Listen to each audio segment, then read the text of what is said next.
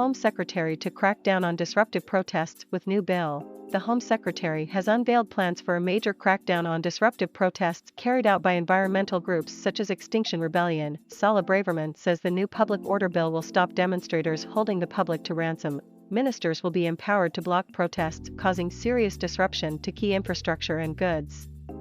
Activists said they would not be intimidated by law changes aimed at silencing non-violent people.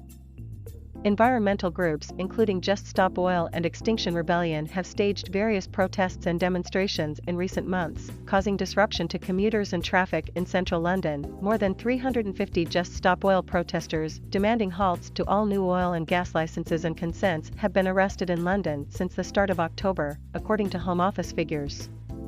The Home Secretary described one incident which saw emergency fire crews unable to get through a junction in Knightsbridge as indefensible.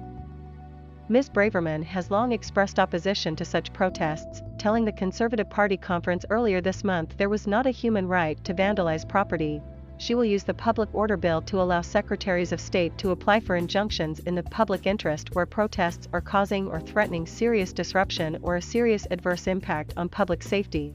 The new legislation, which will be put to MPs next week, will also see jail sentences of up to 6 months or unlimited fines for protesters accused of locking on to people, objects or buildings, a favored tactic of climate demonstrators. Home Office officials said the proposed legislation would create a new criminal offense of interfering with infrastructure, such as oil refineries, airports and railways, carrying sentences of up to 12 months in prison. Meanwhile, tunneling under infrastructure to cause damage will also now carry a maximum penalty of up to 3 years in prison, and police will be given new powers to take a more proactive approach to some protests.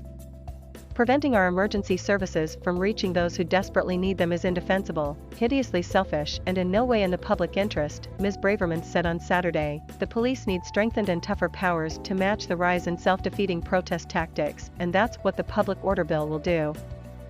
Responding, Just Stop Oil said, "We will not be intimidated by changes to the law, we will not be stopped by injunctions sought to silence nonviolent people.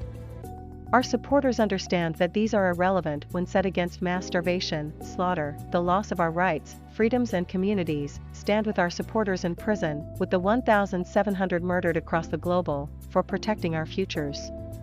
We will not die silently, it will be ordinary people, like you, your friends, colleagues and neighbors who do what our government cannot." Earlier this year, the government suffered a major defeat in the House of Lords, after peers rejected similar plans to clamp down on noisy and disruptive protests. Opposition members described the plans, tabled by then Justice Secretary Dominic Raab, as oppressive and plain nasty.